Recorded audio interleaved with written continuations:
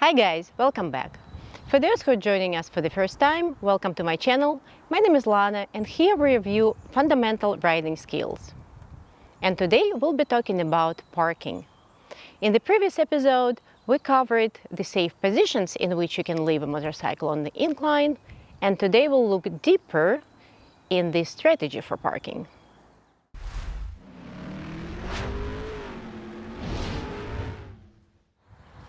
If you ride a tall, heavy bike, strategy becomes a significant part of your riding and parking.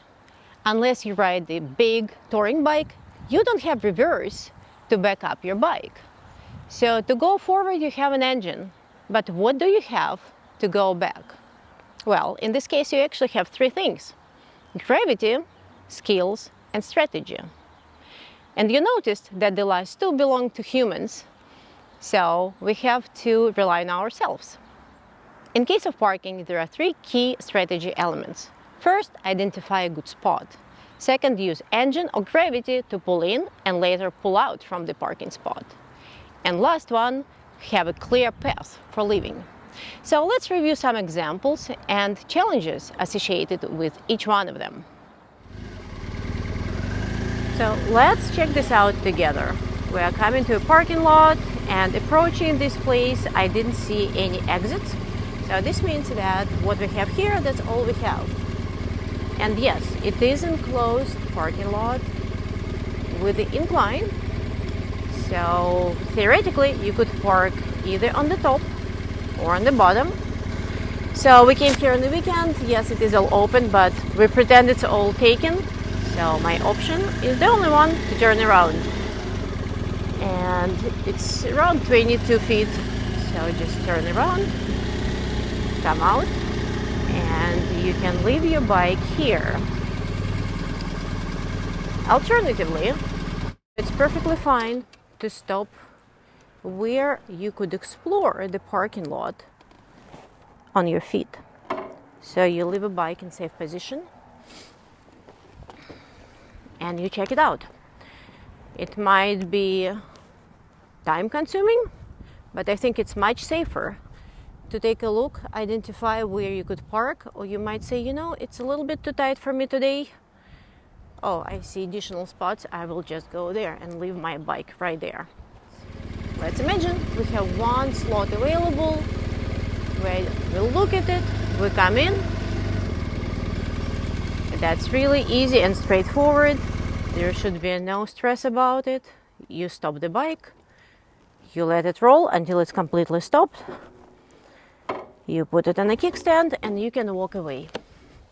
And at this point, when you come back to the bike, there is actually two different approaches how to get out of here. Let's review each one of them separately. So one is to mount. You upright the bike, remove the kickstand, and you just roll back. Especially for people, shorter riders, you have one foot on the ground, you choose which one, because this is a straight incline, there is no additional angles. You just use the brake to regulate the speed and you roll back. You can start turning, turn, you have more and more surface under the leg that's closer to the heel. You see the opening and you leave. Imagine you just came to it after you've been away and you want to roll it back on the clutch. In this case, you keep it in the first gear. For me, for example, it's almost too hard to get to the brake. I still can get there a little bit. And you just use the clutch, but it's in the reverse manner. So the more you press it, the more it will go. It's a little bit more controlled way to do it, because in this case, again, for shorter riders, you can use your hips to control the bike. and you start turning the handlebars. You release it as needed. Here I intentionally used kickstand just to support me, just in case. You can walk it like this, and then you're almost ready to leave.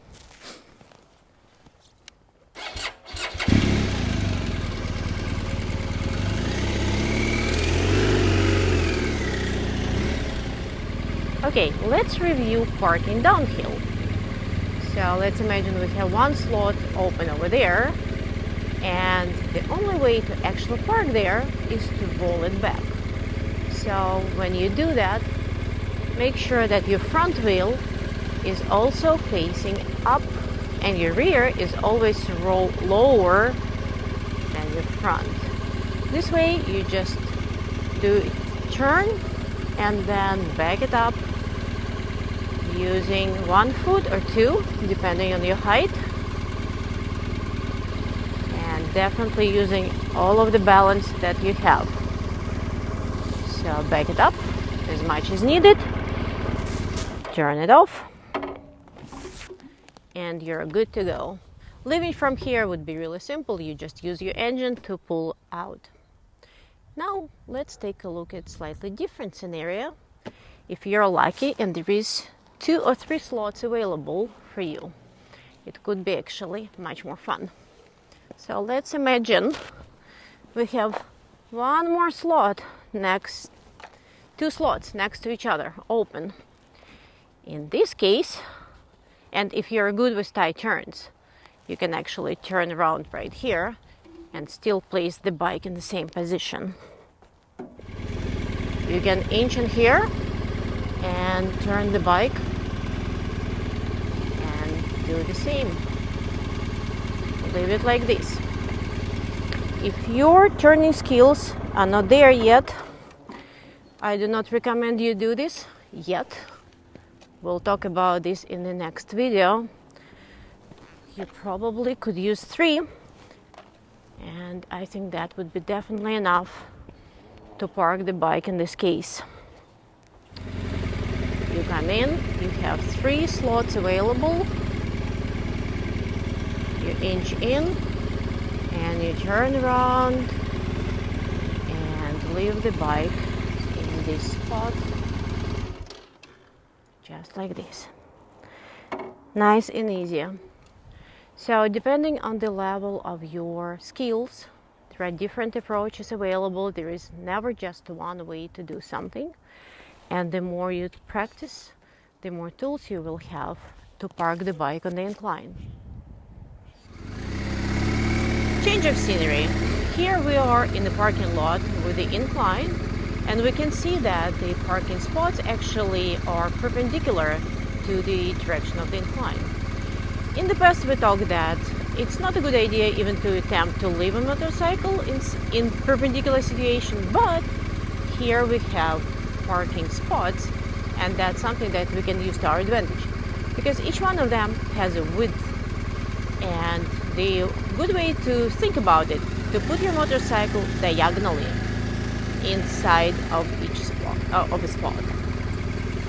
So you come here, you see that you can lean the bike toward the direction of the hill. It feels pretty good. I can back it up probably just a little bit to give it even more degree. And in this case, it's not that bad. I can tiptoe and turn off the bike, put a kickstand. I'm good. Now, when you leave, so it is pretty good. It's not going to be tipped over. Test it if needed. When you come back, and especially if you're a shorter rider, you will be dealing with the challenge of leaving and removing the kickstand before you leave. In this case, here's a couple of options. You can try to do cowboy mount, or you could do something that I call the steady swing. And this is what it is. You remove the kickstand, bike is closer to you on this end, and this is not actually that hard, especially for shorter riders. Keeping the bike in balance, move your leg over Just be careful about it. Always keep it in check that it's steady and in perfect balance. So now we can start it. Leaving from here, it also could be done two ways. In this case, I have enough space just to turn the wheel and go down. Or we'll look at another option in a second. So moving forward, just using the engine. Or if we come back, we park, and then we want to leave from here, we could actually go backwards. In this case, we use gravity, use the leg that's closer to the hill, and keep pushing yourself nice and steady at the pace that is comfortable to you. And here we are out. In this case, you're facing uphill. Typically, it's not that big deal to go up. Now let's imagine here's a closed parking lot and I need to turn around. So previously we talked about tight turns. Here's another tool for you to use.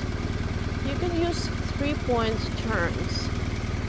So you back up once,